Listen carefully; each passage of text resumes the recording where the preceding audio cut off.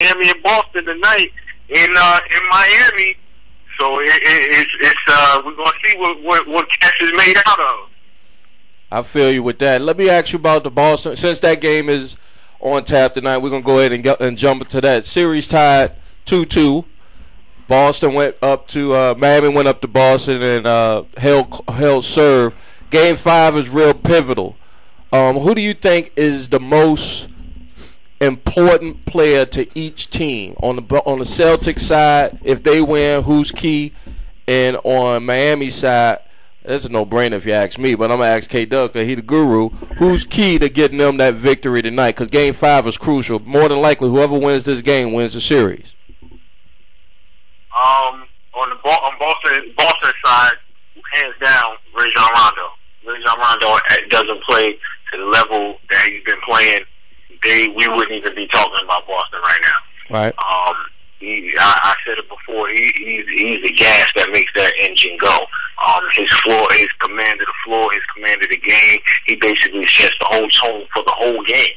In my book, with Miami, I would say really, if LeBron James has a LeBron James night, Miami would definitely be the victor. But that doesn't necessarily mean that really doesn't mean that they'll get a win. I mean, you look at LeBron James's numbers throughout the series; they're what he is. They're MVP. Like, it's just that certain points of the game, in the last 2 games, I should say, that they've been lacking some type of leadership. So I would say really it comes down to how Dwayne Wade and LeBron James set up the other people on the team, whether that be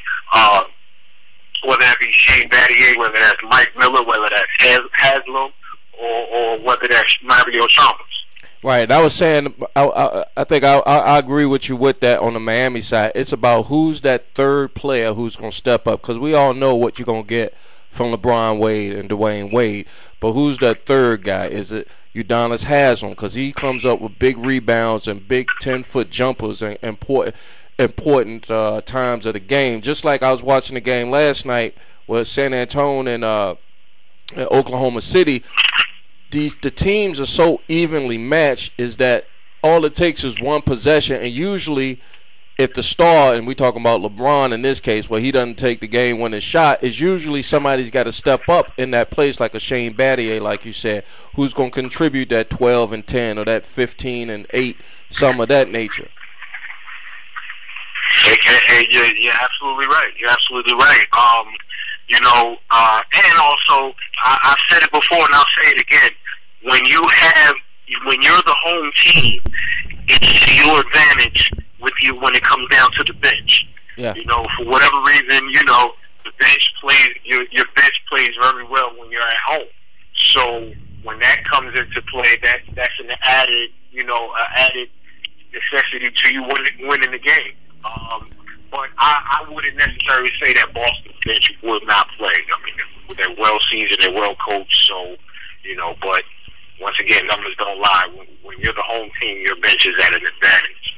Hey, Dub, let me ask you a quick question. With Paul Pierce falling out in the last 3 games like he has, what's going on with him, man? I mean, is it old age? Is it the refs clumsy? I mean, but the last 2 were at home, though, Jay. Refs still call a game, and I think they made too many. Go ahead, K-Dub. Tell me about how you feel about the refs calling that last game against Miami and Boston. To be honest, the foul that Paul Pierce got to foul him out, as well as the foul that LeBron James got. Personally, I think that both of those plays were play-on situations. I don't think that neither one of those were fouls. I think personally that because of how Miami had been flopping, less of a better word, in the series against New York, the series against Indiana, even some instances against Boston, what's probably happening now is they've set up a precedent where, a lot of fouls are very questionably being called. Right. And that even goes for Kevin Garnett setting what they say illegal screens, moving screens, or what have you. So, a lot of the flopping winds up biting teams in the butt. Right. I got a good suggestion for all the flopping teams in the NBA, including Miami. They're gonna go soccer football style. After you get 2 yellow cards, you get a suspension, you get a straight red, you out for the next game. That'll kill all that right there. Sounds good. Yeah, I don't know how real that's gonna. Technicals really and suspensions, because the flopping is ridiculous. I mean, I look at it. I looked at that game the other night, and K-Dub's right. They wouldn't. I mean, it's a playoff situation. If it was the late '90s or the early '90s with Detroit Pistons and Chicago, and that foul went down, there'd been a no call. But the question you have is, how, as a referee, how do you sit there and determine what's a flop and what's not?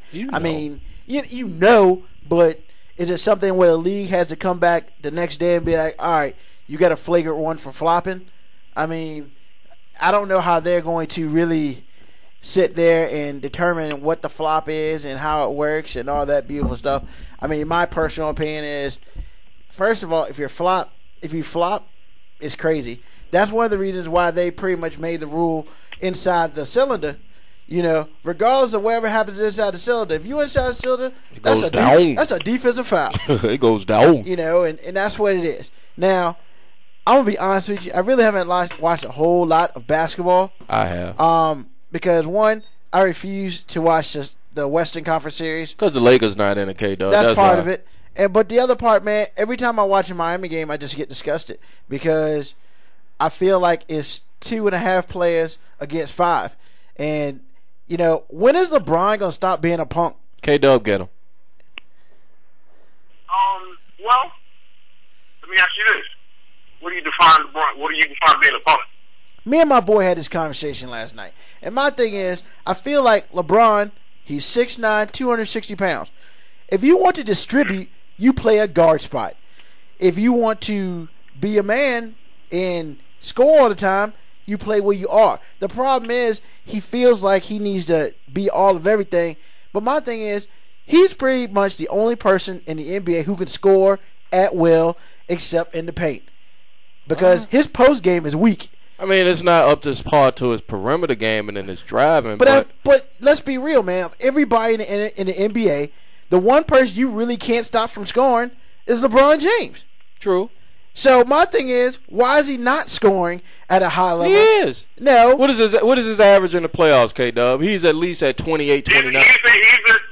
He's the leading scorer in that particular series. So that's what I'm trying to get out of Ruger. You know, is that you want him, well... You know what I don't want him to do? I don't want him to pass... In game... I'm sorry? I don't want him to pass the ball to Udonis Haslem 15 feet away from the basket when he should have just drove in the paint and got a foul and hit some foul shots. You're right. I understand that, and I said the same thing. I definitely didn't think that play was called for Udonis Haslem in that situation, as well as, you know, if you look at the time that he was getting ready to pass the ball, he had 3 people around him. Me personally, I would have not mind him just go ahead, raise up, shoot the 2. Hey, if you make it, you're going up in the series. If you miss it, you're going into overtime. Yeah, push come and shove.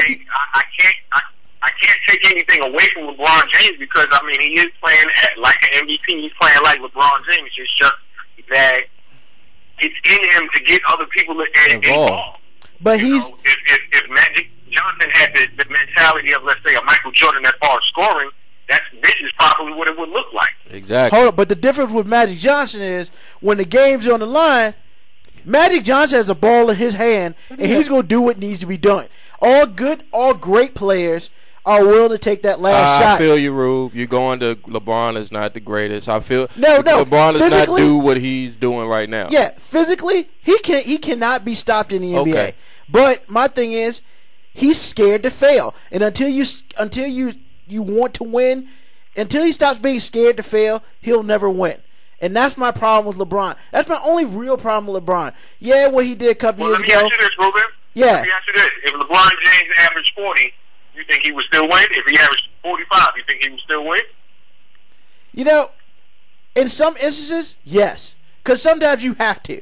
You know, in this instance, when it's just him and Wade and a whole bunch of other dudes who are trying to play, you know, it's one of those things where, yes, on Sunday he should have taken over the game and he should have scored. My thing is, under a minute is like LeBron James kryptonite.